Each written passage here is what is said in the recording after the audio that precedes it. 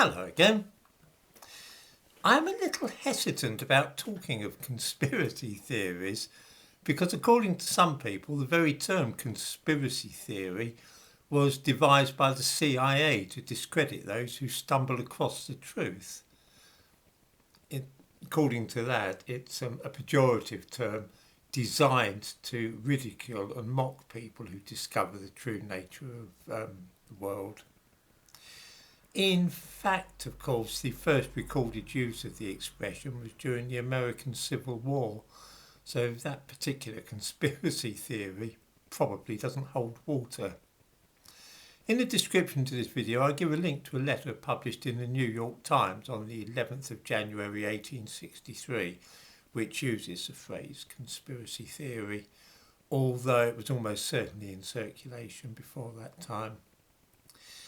I thought that it might be interesting to look at one of the oldest conspiracy theories of all, that a small group of rich and powerful people are plotting to take over the world and institute what would in effect be a world government, which would do away with democracy entirely and all the rest of it and leave ordinary people like us to do their bidding or face terrible consequences. According to some people, this plan is well on the way to fulfilment now, and many of the evils which we see in the world are attributed to the machinations of these people.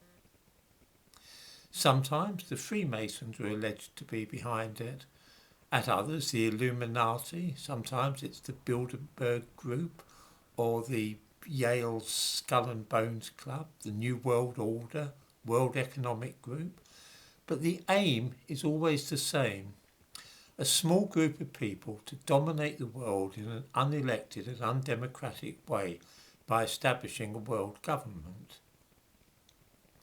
One of the oldest iterations of this theme, one which I'm sure some viewers will be very familiar with, runs as follows, and I'm describing now a document first published in 1903. I dare say the ideas which it advances will sound very familiar to modern people. Conflict must be sown between different racial groups and friction between classes stimulated. Control of the media is vital and various economic crises must be staged so that people feel uneasy and in a state of constant fear and anxiety. This can be kept going by staging wars with other countries. Introducing diseases which cause pandemics will be useful, and sometimes famines will be started. Once society is in a shocking state and people are incapable of knowing what to do next, then the elite can step in and take control.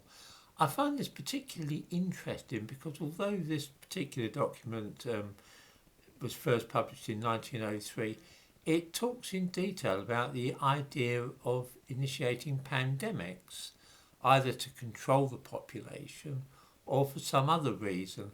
And I know that some people thought that the COVID business was part of some plot of this sort. Previously, AIDS has been the subject of a conspiracy theory along the same lines.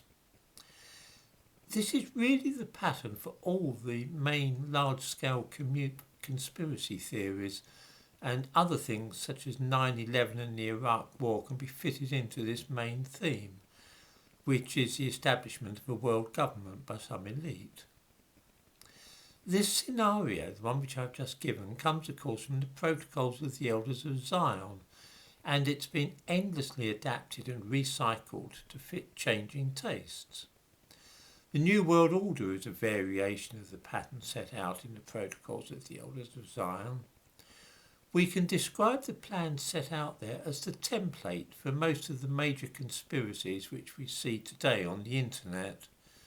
Of course, not all of them involve the Jews, but the overall effect is the same whatever elite group is supposedly behind the whole thing.